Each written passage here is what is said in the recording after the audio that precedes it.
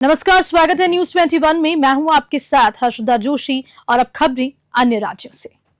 बीजापुर में एलादी शालूबाई अपनी जिंदगी के आखिरी दिनों में पक्के मकान की आस लगाए बैठी है, लेकिन उनकी आंखें अब तक सिर्फ इंतजार देख रही हैं। उनका कहना है कि पिछले 2 साल से वे आवास योजना के लिए सरकारी दफ्तरों के चक्कर काट रही है, लेकिन अब तक उन्हें अपना हक नहीं मिला।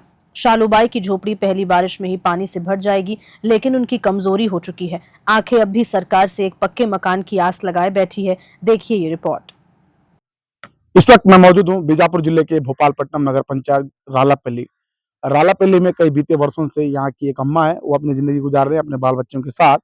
अब मैं ज्यादा जानकारी के लिए उनसे मिलना चाहूंगा कि ये स्थिति में आप रह रहे हो, सरकार से आपको आवास योजना का लाभ मिला या नहीं मिला, और आगे मिलेगा या नहीं मिलेगा, उनसे मैं जानने की पूरी कोशिश करता हूँ। आप शायद देख रहे होंगे ये जो बैठे हैं बूढ़ी अम्मा, शायद इनकी 50 से 55 वर्ष चल रही होगी, लेकिन जब इलेक्शन आता है नेता और बड़े जो विधायक हैं वो उनको एक संबोधित करते हैं कि आगे जाकर गरीबों को सरकार से राशन मिले और सरकार की जितनी भी योजना है उन तक पहुंचे। लेकिन बीजापुर जिले में डबल इंजन की सरकार चल रही है। हालांकि कहा जाए, मैं इनसे जैसे जानने लगा तो शायद तेलुगु के माध्यम से बोले मेरे से कि सरकार की योजना है हम तक आज तक के पहुंचा, आगे पहुंचने की उम्मीद रहेगा। लेकिन जब इलेक्शन आता है तो गाड़ियों में ले जाकर वोट डलवाते हैं, लेकिन हम जैसे गरीब परिवारों को आगे जो सरकार की लाभ मिलना है वो लाभ नहीं मिल पाता है। और मेरे पीछे शायद ये देख रहे हैं पूरा, जैसे आप जैसे तैसे अपनी जो मेहनत आना करके इतने वर्षों से जो पैसे रुपए कमाए, उन पैसों से सीट डालकर थोड़ा सा एक झोपड़ी बनाकर अपनी जिंदगी गुजार रहे हैं। अम्मा ఏం పేరు నీ పేరు? आवास मकान लिंदा कब से नहीं कब से यहाँ पे रह रहे हो आप लोग? అవి ఎప్పుడో రాపిచ్చినాయి. రాపించిన ఆవాస్ మకాన్ లేదా నీకు? వెళ్ళలే మరి. सचिव सरपंच ఏమన్నారు? ఇంకేమనలేదు.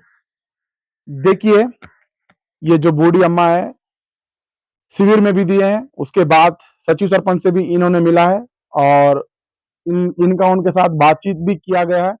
साफ तौर से कह रहे हैं कि हम लिख के देने के बावजूद भी सरकार हमको एक आवास नहीं दे पा रहे हैं। लेकिन ऐसे अगर बारिश 3 महीने की होती है आने वाले समय में, अगर 3 महीने की बारिश में अगर ये घर, शायद आप देख रहे हैं 3 महीने की बारिश में नहीं रह पाएगा, ये पूरा बहकर चले जाएगा और जमीन और रोड लेवल है। और इनके घर का जो निचला भाग पे जो गड्ढे होते हैं, जैसे ढलान है, अगर पानी आता है तो पूरा ढलान पूरा पैक हो जाएगा। उसके बाद इनको रहने में दिक्कत होगा और ये खाना भी पकाने की खाना पका के भी नहीं खा सकते हैं।